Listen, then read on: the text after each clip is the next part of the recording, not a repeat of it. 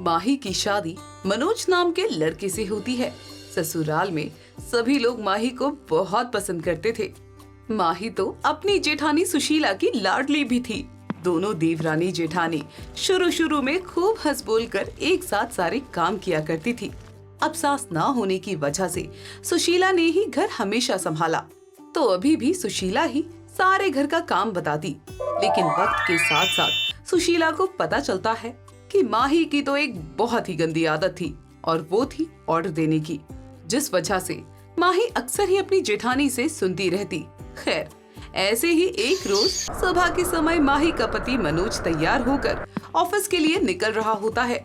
तभी माही अपने हाथों में कुछ खाली बर्तन लिए आती है और उसे रोकते हुए कहती है, मनोज जी, आप मेरा एक काम कर दीजिए ना, जाते जाते ये बर्तन पड़ोस की कमलेश दीदी को देते हुए जाइएगा ना थोड़ा।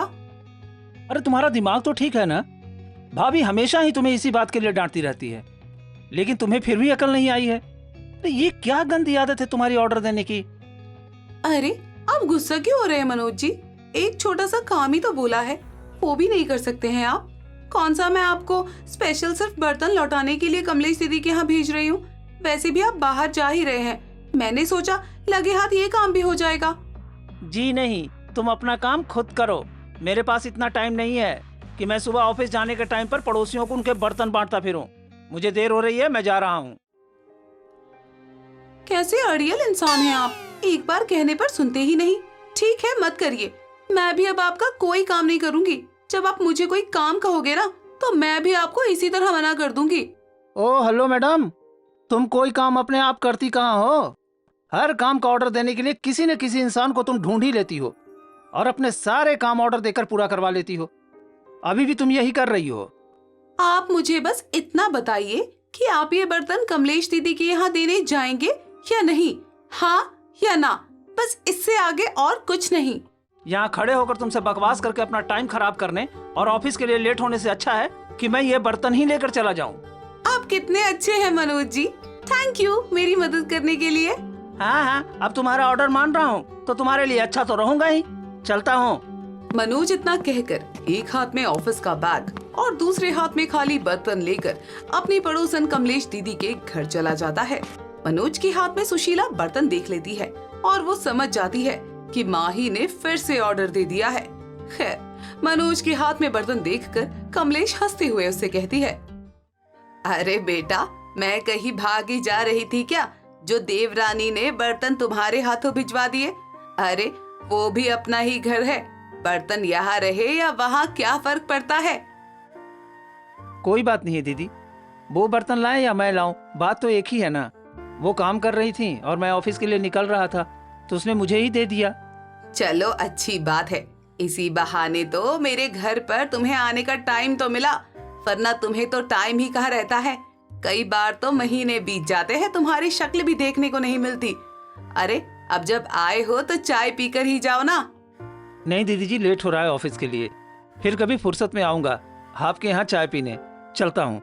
मनोज इतना कहकर वहाँ से चला जाता है। ऐसे ही समय बीतता है और समय के साथ साथ माही की बात बात में ऑर्डर देने की आदत कम होने की जगह और बढ़ती जा रही है, जिसके चलते उसके घर वाले हमेशा उसे टोकते रहते, लेकिन माही पर उनकी बातों का कोई असर नहीं होता था। एक रोज माही हॉल में बैठी फोन चला रही होती है, तभी उसकी नजर अपनी जेठानी सुशीला पर जाती है, जो कि सीढ़ियों पर जा रही होती है, जिसे देखकर वो कहती है, दीदी आप ऊपर जा रही हैं क्या? हाँ जा तो रही हूँ, तू किसी चीज का ऑर्डर नहीं देगी तो? घुटनों में दर्द हो रहा है और दवाइयाँ ऊपर रखी है, बस वही लेने के लिए जा रही हूँ। चलो अच्छा है, मेरा काम बन गया। अगर आप ऊपर जा ही रही हैं, तो मेरे कमरे से क्या मेरा चार्जर ले आओगी? माही, तुझे शर्म नहीं आती क्या? मैंने कितनी बार समझाया है तू ऑर्डर मत दिया कर, ये बहुत बुरी बात है, तुझे समझ क्यों नहीं आता है? अरे दीदी, मैंने ऑर्डर कहाँ दिया? और अब आप ऊपर जा ही रही हैं, तो चार्जर लेते आना ना, क्या ही फर्क पड़ रहा है? आप जा रही हो तो फिर मुझे भी जाना पड़ेगा, तो आप ही ले आओ ना। अरे नाश पिटी, इसे ऑर्डर देना ही बोलते हैं। मैंने तुझे बोला कि मेरे घुटने में दर्द हो रहा है और मैं अपनी दवा लेने जा रही हूँ ऊपर, लेकिन फिर भी तूने एक बार भी ये नहीं बोला कि आप बैठिए, मैं आपकी दवा ले आती हूँ। बल्कि और ऊपर से ऑर्डर दिए जा रही है कि आते टाइम तुम्हारे चार्जर को भी लेकर के आऊं। अरे हर काम के लिए दूसरों को ऑर्डर देने वाली आदत छोड़ दो, अच्छी बात नहीं है ये। बस कीजिए दीदी आप, मैंने एक छोटा सा काम क्या बोल दिया, आपको तो बहाना मिल गया मुझे सुनाने का। अब इतना सुना ही दिया है तो ले भी आइए ना चार्जर, पक्का फिर कभी दोबारा ऑर्डर नहीं दूंगी दीदी। पता नहीं तेरी माँ ने तुझे क्या सिखा कर भेजा है, जब से इस घर में आई है बस दूसरों को ऑर्डर ही देती रहती है। ना जाने इसे कब अकल आएगी। ये व्यवहार इस घर में नहीं चलने वाला है। अपना काम हमेशा खुद करना चाहिए, लेकिन नहीं, तू तो बस दूसरों पर ही अपना हुक्म चला, यही रह गया है बस। अरे जेठानी जी बस कीजिए, नहीं तो अभी घुटनों के साथ साथ सिर में भी दर्द हो जाएगा, फिर उसका ब्लेम भी आप मुझी पर लगाएंगी। सुशीला इतना कहकर वहाँ से चली जाती है। ऐसे ही समय बीतता है। तभी एक रोज सुशीला की पड़ोसन कमलेश उसके घर पर आती है और माही सब्जी काट रही होती है। अरे देवरानी, तू तो अकेले अकेले काम कर रही है, तेरी जेठानी कहाँ है, दिखाई नहीं दे रही। दीदी जी वो अपने कमरे में होंगी, कोई जरूरी काम था क्या? अरे हाँ, बहुत दिन हो गए सुशीला से बात हुए, सोचा आज जरा घर ही चलकर मिल लूं। ये तो आपने बहुत अच्छा किया, आप बैठो ना, मैं जेठानी जी को बुलाकर लाती हूँ। माही इतना कहकर अपनी जेठानी सुशीला को बुलाने के लिए जैसे ही आगे बढ़ती है, तभी उसे अपने काम की याद आती है और वो अपने मन में सोचती है, अरे एक काम करती हूँ, दीदी को ही कह देती हूँ कि जब तक मैं वापस आऊँ तो ये सब्जियाँ काट दे, नहीं तो मेरा काम अधूरा रह जाएगा और फिर जेठानी जी चिल्लाएंगी कि कोई भी काम वक्त से क्यों नहीं होता। हाँ यही सही रहेगा, कमलेश दीदी को ही कह देती हूँ। माही मन में इतना सोचकर अपनी पड़ोसन कमलेश को जैसे ही सब्जियां काटने के लिए कहती है और अपनी जेठानी को बुलाने के लिए पीछे मुड़ती है, सामने अपनी जेठानी को खड़ी देखकर डर जाती है। तभी सुशीला कहती है, माही तू अपनी हरकतों से बाज नहीं आएगी ना? ये क्या तरीका है? घर के लोगों को तो छोड़ो, अब तो बाहर के लोगों को भी ऑर्डर देने लगी है। कभी कोई काम तुझसे अकेले होता भी है? वो दीदी वो मैं आपको बुलाने आ रही थी, तब तक दीदी खाली बैठकर बोर हो जाती तो मैंने उन्हें ये छोटा सा काम बोल दिया। अरे सही ही तो किया, वैसे भी मैं बैठी ही थी, अब ये काम कर दूंगी तो क्या हो गया, तुम माही पर मत भड़क। कमलेश, बात काम के छोटे बड़े होने की नहीं है, बात है बार बार हर चीज के लिए, हर काम के लिए दूसरों को ऑर्डर देने की, जो कि मेरी देवरानी की बहुत गंदी आदत है। तुम ये कर लो, तुम वो कर लो, क्यों भाई? कोई काम तुम अकेले नहीं कर सकती हो क्या? एक काम खुद करोगी तो तुरंत दूसरे काम का ऑर्डर किसी और को दे दोगी। अरे कोई बात नहीं, जाने दे जाने दे, आगे से नहीं करेगी, छोड़, गुस्सा मत कर। मैं कौन सा पराई हूँ, मैं तो तेरे घर को अपना ही घर समझती हूँ, मुझे तेरे घर का काम करने में कोई परेशानी नहीं है। अब तू ऐसे बोल कर ना और बढ़ावा दे दे इसको, इसकी ये आदत बहुत अच्छी है, इससे लोगों की नजर में इसकी बहुत अच्छी इज्जत बनेगी ना। और तुझे नहीं पता, इसकी ये बहुत गंदी आदत है, ये ना छोटों को देखती है ना बड़ों को, बस दूसरों को ऑर्डर दे देती है। अरे अरे हो गया अब तेरा भी, बहुत सुना लिया तूने भी, सुधार लेगी वो अपनी आदत, बस चुप हो जा अब तू भी।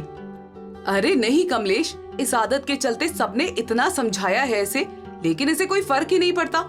आज तो चलो तू थी, कल कोई और घर में आ जाएगा तो ये उसे भी ऐसे ही ऑर्डर देगी। लोग क्या सोचेंगे कि सुशीला की देवरानी तो ऑर्डर देने वाली देवरानी है, सब हंसेंगे मेरे ऊपर। अरे मेरी बेइज्जती या मेरी इज्जत से इसे कोई फर्क नहीं पड़ता। देख, मैं तुझे बताना तो नहीं चाहती थी, लेकिन सारे पड़ोस में पहले से ही ये बातें पता है कि माही सभी को ऑर्डर देती रहती है। लोग इसकी आदत का मजाक भी बनाते हैं, लेकिन छोड़ ना, अपनी आदत सुधार लेगी वो।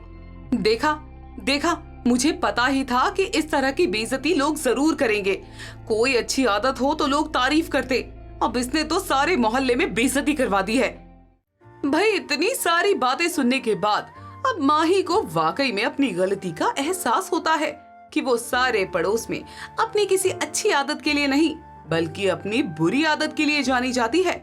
लेकिन इसके बाद वो अपनी जेठानी के सामने कसम खा लेती है कि वो अब कभी भी किसी को भी ऑर्डर नहीं देगी। और हुआ भी वही। वक्त के साथ वो अपनी इस आदत को सुधार लेती है और फिर कभी भी किसी को भी उससे किसी भी तरह की शिकायत नहीं होती है। सुषमा सुबह सुबह अपनी बहू काजल को आवाज लगा रही होती है, लेकिन काजल का कोई भी जवाब नहीं आता। ऐसे में सुषमा अपने बेटे रमेश को आवाज लगाकर उससे बोलती है। अरे तेरी बीवी कहाँ है? कब से आवाज लगा रही हूँ, लेकिन उसे तो मेरी आवाज सुनाई नहीं दे रही है। कहीं कान से बहरी तो नहीं हो गई है तेरी बीवी? अरे नहीं माँ, वो क्या है ना, उसके पेट में दर्द है और सर में भी दर्द है, इसलिए वो गहरी नींद में सो रही है। आप ना उसे जगाइएगा मत, सोने दीजिए, उससे आज कोई काम नहीं होगा। अरे बाप रे, कल ही तेरी बीवी गांव से आई है और आज उसकी नौटंकी चालू हो गई। सही है बिल्कुल। माँ वो सच में बीमार है, तभी अभी तक जागी नहीं है। अगर आपको खाना बनाने में मदद चाहिए ना तो मैं आपकी मदद कर देता हूँ। अरे नहीं नहीं, तेरी मदद का अचार डालूंगी क्या मैं खुद ही घर का काम कर लूंगी, लेकिन अगले दिन से मुझे ये सब नौटंकी नहीं चाहिए। आज मैं जाता हूँ, उसे दवा दिलवा कर ले आता हूँ। तबीयत ठीक हो जाएगी तो खुद ब खुद घर के सारे काम करेगी, आप चिंता मत कीजिए। इतना कहने के बाद सुषमा घर के कामों में लग जाती है। इधर सुषमा काम कर रही होती है, तभी उसकी पड़ोसन विमला का आना होता है और विमला के आते ही सुषमा काम छोड़कर उसे देखते हुए तौबा तौबा करने लगती है। अरे तुझे काम करता हुआ देखकर तो मुझे बहुत अफसोस हो रहा है। कैसी सास है, बहू के होते हुए घर का काम कर रही है। आ गई थमकती हुई आग में घी डालने, बहुत अच्छा। अरे नहीं नहीं, मैं तो बस तेरी चिंता कर रही हूँ। और तू है भी कैसी सास, अपनी बहू के होते हुए तू क्यों काम कर रही है? अपनी बहू को बोल कि घर का काम काज करे। गाँव से आई है, यहाँ सोने के लिए नहीं। वैसे कहाँ है तेरी बहू? अरे सर, हाथ, पैर, पेट ना जाने कहाँ कहाँ दर्द हो रहा है, इसलिए उसने आज घर का काम नहीं किया है। अरे गांव की बहू के हाथ, पैर, सर इन सब में दर्द नहीं होता। वो शहर की लड़कियों की तरह नाजुक थोड़ी होती है। जरूर तेरी बहू बहाना कर रही होगी। अगर उसके सर, हाथ, पैर में दर्द भी होगा तो आइंदा से ध्यान रखियो। गांव की बहुएं चालाक भी बहुत होती हैं। ये तो तू ठीक कह रही है। और बता, तुझे आज मेरी याद कैसे आ गई? और तू भूली भटकी मेरे दरवाजे पे कैसे चली आई? बस तेरी बहू को देखने आई थी कि आखिर गांव वाली तेरी बहू है कैसी, कहीं नजर ही नहीं आ रही है। खैर छोड़, किसी और दिन देखने आऊंगी। विमला इतना कहती ही है कि तभी खांसते हुए काजल अपने कमरे से बाहर निकलती है। काजल बहू, ये अपनी पड़ोसन विमला है, और विमला ये मेरी बहू है जो गांव से आई है। तुझे पता तो है ही। नमस्ते काकी, आपको देखकर न जाने ऐसा क्यों लग रहा है कि मैंने आपको कहीं तो देखा है, लेकिन समझ नहीं आ रहा कहाँ देखा है। अरे आप तो मेरी चाची की तरह लग रही हैं। वैसे भी ऐसी ही जवान है, बेशक उनकी उम्र 55 की हो, लेकिन लगती वो एकदम 25 साल की जवान है। अरे क्या बात है बहू, तूने ही मेरी जवानी पहचानी है। सच कहूँ तो तू है खड़ा सोना, जिसने पहली बार मेरी तारीफ की और मेरे मन की बात कह दी है। अरे बाप रे, फिर से ये तेरे सफेद बाल जो दिख रहे हैं ना, कहीं ये धूप से पक्के तो सफेद नहीं हुए हैं? अरे नहीं नहीं, कैसी बातें करती है तू भी। सुषमा ने सोचा था कि अब वह गांव की बहू को शहर बुलाकर अपने साथ रखेगी तो सुषमा की बहू काजल कामकाज करेगी, लेकिन काजल तो आते ही घर के कामकाज से दूर हो जाती है और हर रोज नए नए बहाने ढूंढकर अपनी सास से ही घर के काम करवाने लगती है। यहाँ तक कि शाम होते ही काजल अपने पति रमेश के साथ कई दिनों तक तो घूमने फिरने ही जाती रहती है। एक रोज सुषमा यह सब देखते देखते परेशान हो जाती है। माँ जी क्या बात है, आप मुझ पर चिल्ला क्यों रही है? ये तो गलत है। मैंने आपको बताया था ना कि मैं और ये घूमने जा रहे हैं। तेरा रोज ही घूमना हो रहा है, वो भी उस समय जब घर में खाना बनाना या कामकाज होता है। तू साफ साफ क्यों नहीं कह देती कि तुझे घर का काम नहीं करना है? तू मेरा फायदा उठाकर चालाक क्यों बन रही है? माँ आप भी कैसी बातें करती हो, शहर में आए हैं, शहर घूमना तो बनता है ना। अगर आपको ये सब पसंद नहीं है तो आप बता दीजिए, हम नहीं जाएंगे कहीं भी। तुझे मैं कहीं जाने से रोक नहीं रही हूँ, लेकिन शाम के समय खाना बनाना होता है। तू इस टाइम अपनी बूढ़ी माँ से खाना बनवाता है। तुम दोनों को शर्म नहीं आ रही है क्या? सुषमा और काजल में खूब बहसबाजी होती है, लेकिन काजल भी क्या करती, वह अपनी सास से लड़ झगड़ लेती और अपनी सास का बनाया हुआ ही खाना पीना खाकर सो जाया करती। एक रोज सुषमा अपनी बहू काजल से कहती है, बहू तेरा शहर घूमना बहुत हो गया। मैंने सोचा था कि तुझे यहाँ लाकर कुछ दिन आराम मिलेगा, लेकिन मुझे ऐसा लगता है कि तुझे यहाँ बुलाकर मैंने सबसे बड़ी गलती कर दी है। अब तो अपने घर जा सकती है, यानी गांव की टिकट कटवा दी है और यहाँ से चलती बन। बिल्कुल भी नहीं माँ जी, मैं यहाँ के ठाट बाट छोड़कर गांव के गोबर पाटने नहीं जाने वाली। अरे माँ, ऐसा भी क्या हो गया जो आप काजल को और मुझे यहाँ से भगा रही हो? हमसे कोई गलती हो गई है क्या? बताइए। अरे तुम दोनों तो बहुत बड़ी गलती हो। मैंने तो पाप किया था जो तुम दोनों को यहाँ बुला लिया मैंने। ठीक है माँ, अगर आप यही चाहती हो तो यही सही, हम जाते हैं गाँव वापस। वैसे भी आप तो हमें खुश देख ही नहीं सकती।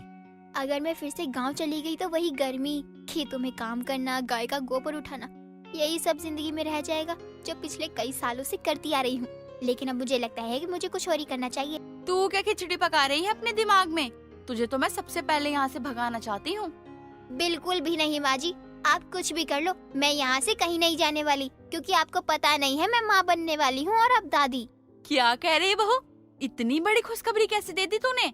अरे रमेश बेटा, ये तो बहुत बड़ी खुशी की बात है। मैं दादी बनने वाली हूँ। अगर ऐसा है फिर तुम दोनों को गांव जाने की कोई जरूरत नहीं है। मैं खुद ही अपनी बहू का देखभाल करना चाहती हूँ और इसे अपने हाथों से बनाकर खिलाना चाहती हूँ ताकि मेरा पोता तंदुरुस्त हो। अरे कितनी बड़ी खुशखबरी है ये, और तुमने मुझसे छुपा के रखी। अरे मैं पिता बनने वाला हूँ और तुम माँ, ये तो तुम्हें मुझे बताना चाहिए था ना। देखो, तुमने मुझसे छुपा के रखी इतनी बड़ी खुशी की बात। लेकिन जो भी हो, आज तो मैं बहुत खुश हूँ। और अब तो माँ ने भी कह दिया है कि बच्चा जब तक नहीं होगा ना, हमें कहीं जाने की जरूरत नहीं है। बिल्कुल बेटा, मैं तुझे यहाँ से जाने के लिए तब तक नहीं कहूँगी जब तक तेरा बच्चा नहीं हो जाता। मैं बहुत बहुत बहुत ज्यादा खुश हूँ। मैं तेरे लिए कुछ बना के लाती हूँ अपने हाथों का। काजल का प्लान कामयाब होता है। सुषमा अब अपनी बहू काजल की खूब देखरेख करने लगती है, जिस वजह से काजल बहुत खुश थी। माँ जी को क्या बेवकूफ बनाया है, ऐसा कुछ भी नहीं है। और माँ जी को तो देखो कितने प्यार से मुझे अपने हाथों से खाना खिला रही है। बहू, तूने खाना खाया ही नहीं या अब तक भूखी है? अगर तुझे भूख नहीं लग रही तो तुझे खाना तो खाना ही होगा। मैं नहीं चाहती कि तेरे साथ मेरा पोता भी भूखा रहे। सुषमा अपने हाथों से अपनी बहू को खाना खिला रही होती है, तभी वहाँ विमला का आना होता है। क्या बात है सुषमा, अपने हाथों से अपनी बहू को खाना खिला रही है। सास बहू का ये प्यार देखकर तो मेरे आँख में आंसू आ गए। तुझे पता नहीं है क्या, मेरी बहू पेट से है।